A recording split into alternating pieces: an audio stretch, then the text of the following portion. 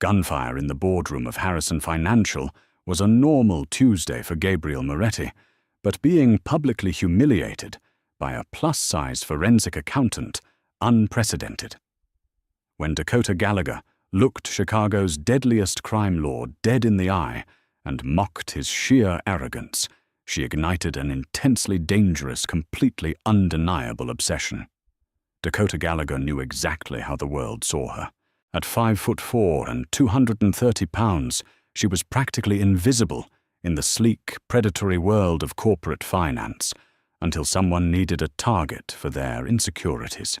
She didn't have the razor-sharp cheekbones or the sample-size waistline of the receptionists who guarded the glass doors of Harrison Financial. What she did have, however, was a terrifyingly brilliant mind for numbers and a complete lack of patience for incompetent men. Harrison Financial was a front.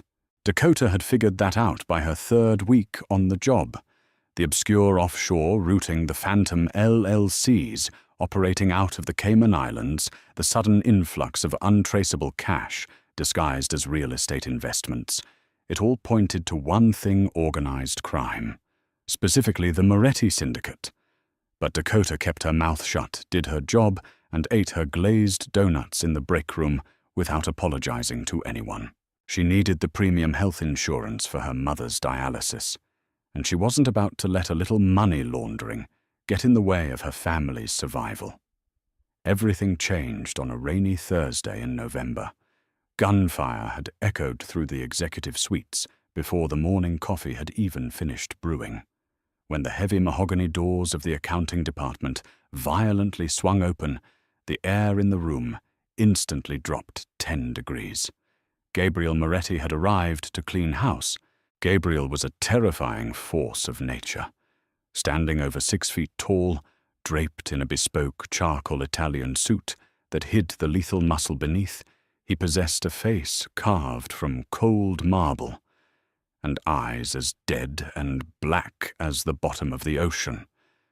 He had just put 2 bullets into the kneecaps of the firm's senior partner for embezzling syndicate funds. Now he needed someone to untangle the financial mess left behind. His heavily armed lieutenants rounded up the remaining staff, herding them into the central glass-walled boardroom.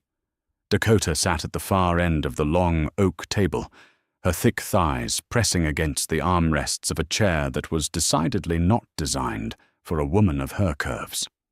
She calmly adjusted her thick-rimmed glasses and kept her hands folded over her stomach, refusing to tremble like the rest of the terrified junior accountants. Gabriel paced the length of the room like a caged panther. His boots crunched softly on the shattered glass covering the carpet. $3 million. His voice rumbled dangerously low and smooth. $3 million bled from my accounts over the last 6 months. Whoever fixes this lives. The rest of you will be replacing the foundations of my new casino. Silence choked the room. None of the Ivy League-educated gym bros sitting around Dakota dared to breathe, let alone speak. Dakota sighed, a loud, exasperated sound that cut through the terror. She reached into her leather tote bag, pulled out a thick, red-tabbed manila folder, and slid it across the polished oak table. It stopped precisely at Gabriel's fingertips. "It's not 3 million," Dakota said, her voice steady and unimpressed. "It's 4.2. Your senior partner was skimming, yes, but he was an idiot. The real hemorrhage is coming from your supply chain, routing through the docks. Someone on your own crew is double-billing the shell corporations." Gabriel stopped pacing. He slowly turned his dark gaze toward the end of the table, his eyes narrowing as he took in the woman who had just spoken. He looked at her thoroughly, and Dakota knew exactly what he was seeing. He saw her round face, the soft double chin, the wide hips that spilled over the edges of the corporate chair, and the rumpled cardigan that hid thick arms. Disgust flickered in his eyes, a look Dakota had seen 1,000 times from arrogant men who measured a woman's worth by her dress size. He picked up the folder, flipped through the first few pages, and scoffed, He dropped it back onto the table with a harsh slap. I need a forensic genius, not someone who can't even discipline herself at the dinner table. Gabriel sneered, his voice dripping with cruelty. He leaned forward, bracing his knuckles on the oak. You look like you'd get winded walking to the printer. If you want to work for me, sweetheart, lose 50 pounds. I don't employ sloppy people. If you can't control your own mouth, how can I trust you to control my money? The room collectively gasped. A few of the terrified male accountants actually snickered, grateful that the predator's attention had shifted to the fat girl. Dakota didn't cry. She didn't shrink into herself. The years of bullying, the cruel remarks from strangers, the constant societal pressure, it had forged her skin into bulletproof titanium. Slowly she stood up. She pushed her chair back, the legs scraping loudly against the floor, and met the Mafia Boss's dead black eyes with a blazing inferno of her own. My weight has absolutely nothing to do with my brain, Moretti. Dakota fired back, her voice ringing out like a cracked whip in the silent room. But since we're talking about discipline and sloppy behavior, let's talk about yours.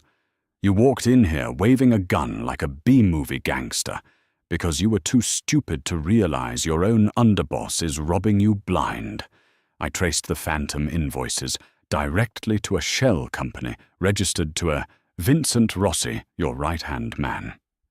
Gabriel froze. The temperature in the room plummeted further. The heavily armed guards standing by the door shifted nervously, gripping their automatic weapons tighter. No one spoke to Gabriel Moretti like this. No one. Dakota wasn't finished. She crossed her thick arms over her chest, stepping away from the table to stand at her full width, entirely unapologetic about the space she occupied. I can recover every single dime of that 4.2 million by Friday. She continued, her tone dripping with absolute authority. But I don't work for small-minded, arrogant thugs who confuse a woman's dress size with her intelligence. Keep the weight comments for the starving bimbos you parade around on your arm. You want my brain. You pay me double the standard rate you give me, full autonomy over the accounts, and you never, ever speak to me about my body again. Otherwise, shoot me right now, or watch your empire collapse under the weight of your own ignorance. Your move, boss. For 10 agonizing seconds, nobody breathed. Dakota stood her ground, her heart hammering violently against her ribs, but her chin held high. She fully expected a bullet right between the eyes. Gabriel stared at her. The disgust that had previously masked his features was entirely gone, replaced by a violent, unreadable intensity.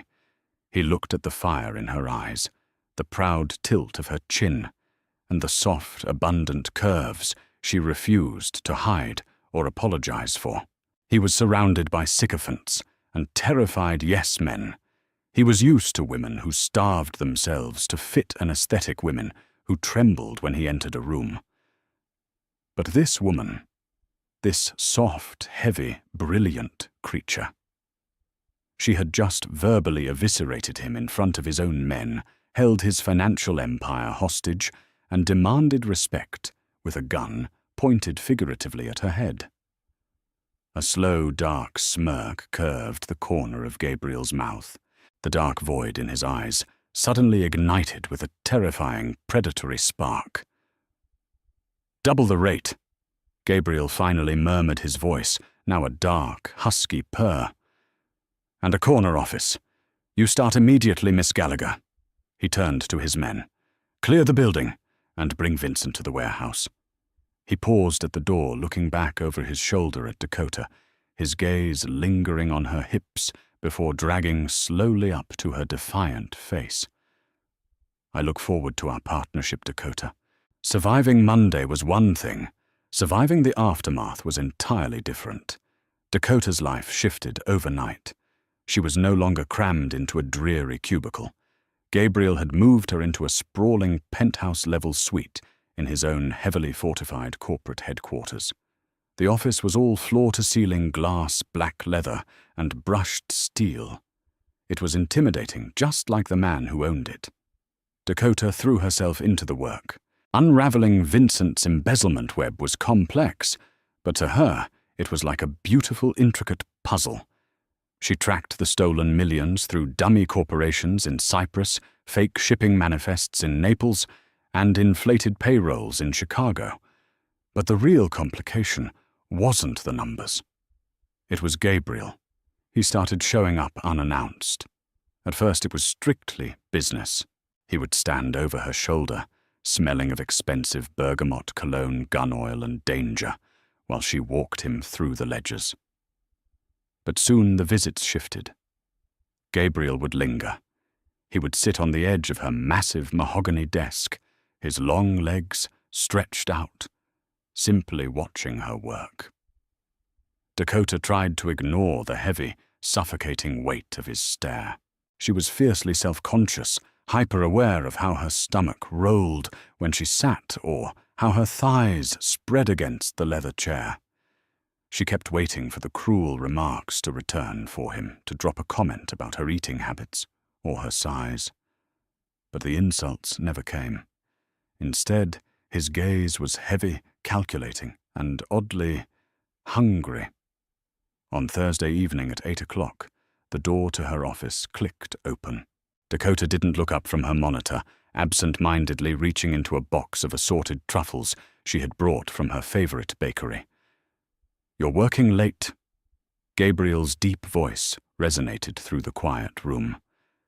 Dakota popped a dark chocolate truffle into her mouth, chewing slowly before turning to face him. "Crime doesn't sleep, Mr. Moretti, which means your ledgers don't either. I've recovered $3 million. The rest is tied up in a Cayman account that requires physical verification, which I am actively hacking." Gabriel walked slowly toward her. He didn't stop until he was standing just inches from her chair. He looked down at the box of chocolates, then back up to her face. Dakota instantly stiffened, preparing her defenses for a remark about her weight. She braced herself to fight. Instead, Gabriel reached out, his large, calloused fingers gently brushing against the corner of her lips. Dakota's breath hitched in her throat. "Chocolate," he murmured, his thumb swiping a microscopic smudge from her skin. He didn't wipe it on a napkin. He brought his thumb to his own mouth and tasted it, his eyes never leaving hers. "I like a woman with an appetite." Dakota felt a flush of heat rise to her cheeks. She swatted his hand away, strictly maintaining her professional armor. "Don't play games with me, Gabriel. I'm not one of your nightclub toys. I'm your accountant. You're much more than that, Dakota," he said softly, leaning down so his face was level with hers. "You take up space. You demand to be seen. Every other woman I know tries to shrink herself, tries to be less. Take up. Less eat, less. Speak less. But you're entirely unapologetic." "I am what I am," she replied, fiercely refusing to break eye contact. "I'm fat, Gabriel. You pointed it out yourself on day one. Let's not pretend you suddenly have a fetish for curves just because I saved your bank accounts." Gabriel's jaw tightened. A flash of genuine regret, a rare emotion for the Mafia Boss, crossed his features. "I was a fool on day one. I insulted you to assert dominance because for the first time in my life, a woman didn't cower when I walked into a room. You terrified me, Dakota." And now, his gaze dropped to her full lips, then swept over the generous curve of her breasts beneath her silk blouse. "Now I can't stop thinking about you." Before Dakota could process the shocking confession, the heavy oak doors to her office violently burst open. Vincent stood in the doorway, bleeding from a cut above his eye, holding a suppressed 9mm pistol pointed directly at Dakota's chest. He had escaped the warehouse. "You fat, interfering bitch!" Vincent spat his eyes wide with desperate, cornered animal panic. "I spent 10 years building this family, 10 years, and you ruin it all with a few keystrokes. Dakota froze her blood, turning to ice. But before she could even gasp, Gabriel moved. He didn't just step in front of her. He practically eclipsed her, using his massive frame to completely shield her body from Vincent's weapon. "Vincent," Gabriel said. His voice wasn't loud. It was deadly quiet, carrying the chilling promise of a slow, agonizing death. "Lower the gun. If you even look at her for another second, I won't just kill you. I will dismantle everyone you have ever loved." "She ruined me, boss," Vincent screamed, his hand shaking. "She's a nobody, a glorified calculator. Move out of the way." "She is mine." Gabriel roared at the sound, vibrating the glass walls of the office.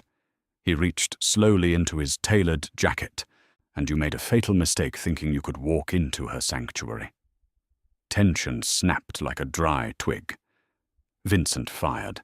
The haut of the suppressed weapon echoed, and Gabriel flinched, a bloom of dark red appearing on his left shoulder. But Gabriel didn't fall. With terrifying speed, he drew his own weapon and fired 3 shots in rapid succession. Vincent dropped to the floor, dead before his knees hit the carpet. Dakota screamed, jumping out of her chair. "Gabriel!" She rushed forward, catching his good arm as he swayed slightly. Her soft, heavy body braced against his hard, muscular frame, supporting his weight. Gabriel looked down at her, clutching his bleeding shoulder, but a deranged, possessive smile stretched across his face. He leaned his forehead against hers, breathing heavily. "See," he whispered, his good hand coming up to fist in her hair, pulling her face close to his. "I told you. You take up exactly the right amount of space, Dakota." "Enough to hold me up." He kissed her. It wasn't a gentle, tentative kiss. It was a brutal, consuming clash of teeth and tongue, tasting of blood, adrenaline, and desperate obsession. Dakota's mind short-circuited. She had expected to be murdered, mocked, or fired. Instead, the most dangerous man in the city was bleeding on her floor, kissing her as if she were the only oxygen left in the room. And heaven help her, she kissed him back. The forensic accountant and the mafia boss tangled together in the aftermath of violence. But Dakota didn't know that Vincent wasn't acting alone. The $4.2 million wasn't just a retirement fund for a rogue underboss. It was the buy-in for a rival cartel. And by exposing the theft, Dakota hadn't just saved Gabriel's empire, she had inadvertently painted a massive target on her own back. The obsession had just begun, but the real war was already knocking at their door. Gabriel's recovery was remarkably fast, fueled by sheer willpower and a terrifying new fixation. Dakota Gallagher had become his absolute center of gravity.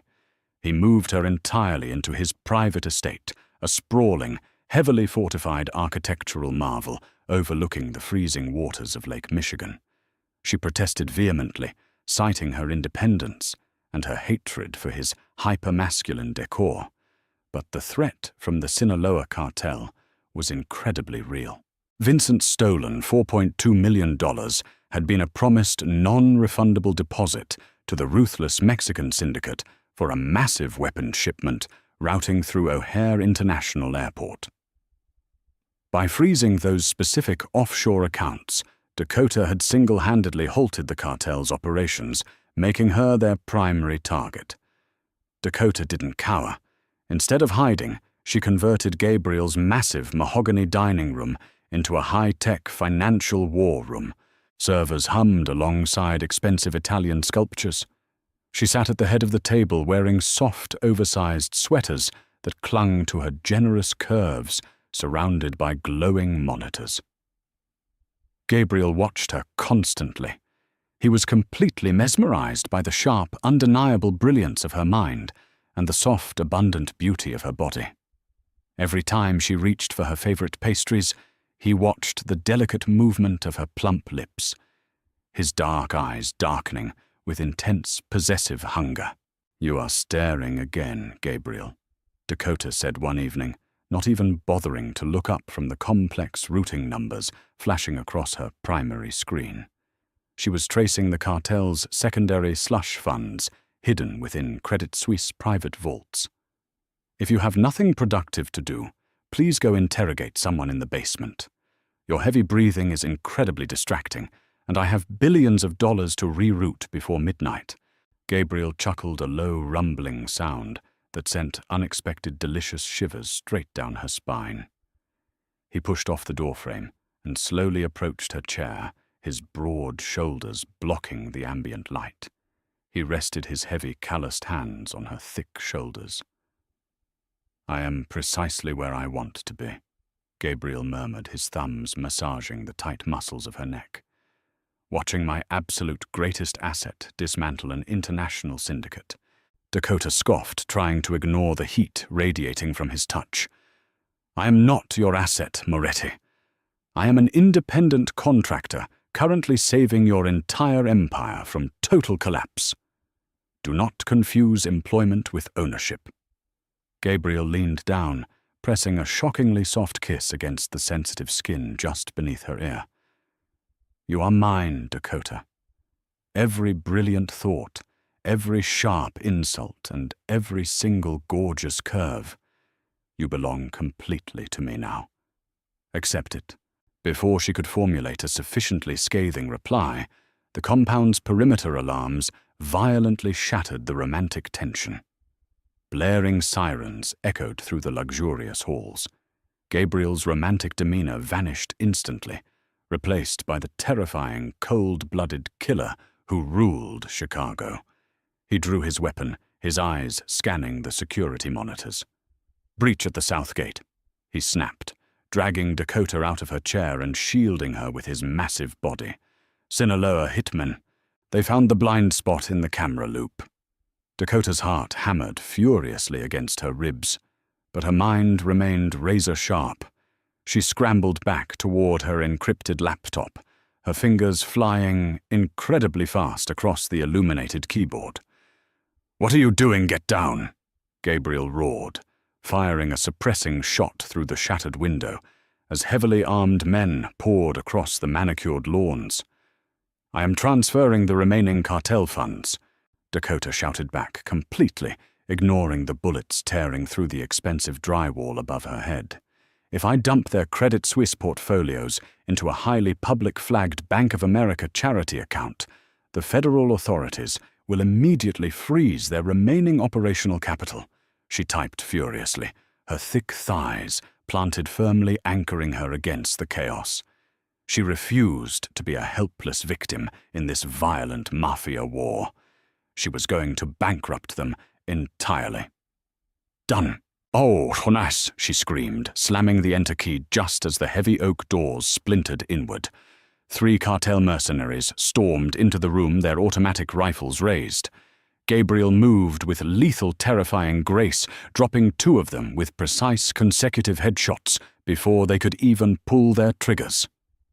The 3rd mercenary, however, tackled Gabriel to the ground, knocking the weapon from his grasp. Dakota did not hesitate. She grabbed a heavy, solid bronze paperweight from her desk, marched forward with all her weight, and smashed it directly into the mercenary's skull, knocking him completely unconscious instantly. Gabriel pushed the heavy, limp body off him and stared up at Dakota. She stood over him, panting heavily, her chest heaving, holding the bloody paperweight like a conquering queen. She was magnificent, terrifying, and completely breathtaking. Gabriel slowly rose to his feet, ignoring the chaos outside as his remaining guards mopped up the stragglers. He walked over to her, entirely disregarding the blood staining his expensive shirt, and pulled her forcefully against his chest. His hands roamed unapologetically over her wide hips and thick waist, pulling her flush against his hard, muscular frame. "Have I mentioned how incredibly obsessed I am with you?" Gabriel whispered fiercely against her lips. "You are absolutely magnificent, Dakota." She dropped the heavy bronze paperweight, finally allowing her trembling hands to wrap securely around his thick neck. "Just shut up and kiss me, you terrifying idiot," she breathed. He obliged, devouring her mouth with a fiery, desperate passion that completely eclipsed the surrounding violence. She felt completely secure, entirely valued, and entirely desired. He worshipped her brain, but he undeniably worshipped her heavy, beautiful body just as fiercely. The dangerous mafia boss had completely surrendered. The aftermath of the cartel attack completely shifted the power dynamics within the city. Word spread rapidly through the criminal underworld that Gabriel Moretti's new financial genius had not only survived a direct assault, but had actively bankrupted the local Sinaloa operation. Dakota Gallagher was no longer just an accountant. She was a terrifyingly untouchable legend. The men who had previously sneered at her size now lowered their eyes respectfully whenever she walked through the polished halls of the syndicate's downtown headquarters. She commanded absolute authority, and Gabriel ruthlessly enforced it with violent, unwavering dedication. Anyone who disrespected her mysteriously vanished. Despite the newfound respect, the danger was far from permanently eliminated. Alejandro Vargas, the regional cartel boss, was financially ruined and publicly humiliated. He demanded blood. Since he could no longer afford an army of mercenaries, he resorted to a desperate singular strike. It happened on a rainy Tuesday evening outside the Drake Hotel. Dakota had insisted on attending a private meeting with a Swiss banker to finalize the laundering protocols. Gabriel was delayed by a sudden strike at the docks, leaving Dakota with only 2 heavily armed bodyguards. It was a rare, vulnerable window of opportunity that Alejandro fiercely exploited. As Dakota stepped out of the luxurious hotel lobby, a black armored SUV aggressively jumped the curb. The doors slid open, and a hail of gunfire instantly dropped both of her seasoned bodyguards. Before Dakota could even react, 2 massive enforcers grabbed her thick arms and violently shoved her into the back of the waiting vehicle. Alejandro sat opposite her, his face twisted in pure, unadulterated hatred. He pressed the cold steel barrel of a revolver directly against her forehead. "You cost me everything, you fat, meddling bitch," Alejandro hissed, his breath smelling of stale whiskey and utter desperation. Dakota's heart slammed wildly against her ribs, but her titanium spine held firm. She remembered the absolute fearlessness Gabriel possessed, and she channeled it perfectly. She looked down at the gun, then back up at Alejandro's bloodshot eyes, and let out a cold, condescending laugh. "You think killing me will retrieve your money, Alejandro?" She mocked, her voice dripping with pure disdain. "I am an accountant. Do you honestly believe I leave billions of dollars unencrypted if my pulse stops a dead man's switch, activates instantly, sending all your offshore ledgers to the federal authorities?" Alejandro hesitated, a flicker of genuine doubt crossing his enraged features. "You are bluffing?" Dakota leaned forward, pressing her forehead intentionally against the cold barrel of his gun, entirely unapologetic and fiercely defiant. "Pull the trigger and find out," she challenged him softly. "Gabriel will butcher you slowly for taking me, but the FBI will completely dismantle your entire bloodline once they see the files. You are absolutely powerless here, Alejandro. I hold your entire life in my heavy, capable hands." The sheer audacity of her savage response left the cartel boss entirely speechless. Suddenly, the armored SUV was violently rammed from the side. The massive impact shattered the reinforced windows and sent Alejandro sprawling across the leather seats. The SUV skidded aggressively across the wet pavement, crashing brutally into a concrete barrier. The doors were ripped open before the dust even settled. Gabriel stood there, looking like an absolute demon, summoned directly from hell. He dragged Alejandro out by his hair, throwing him onto the rain-slicked street. Gabriel didn't even draw his gun. He simply beat the cartel boss into unconsciousness with his bare, bloodied hands. Once Alejandro was completely neutralized, Gabriel rushed back to the wrecked vehicle.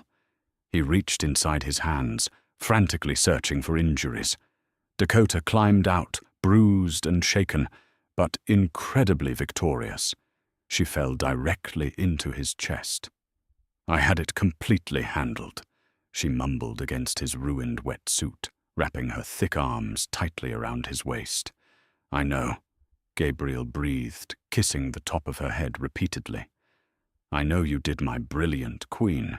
But I refuse to let anyone else have the sheer pleasure of watching you entirely destroy your enemies."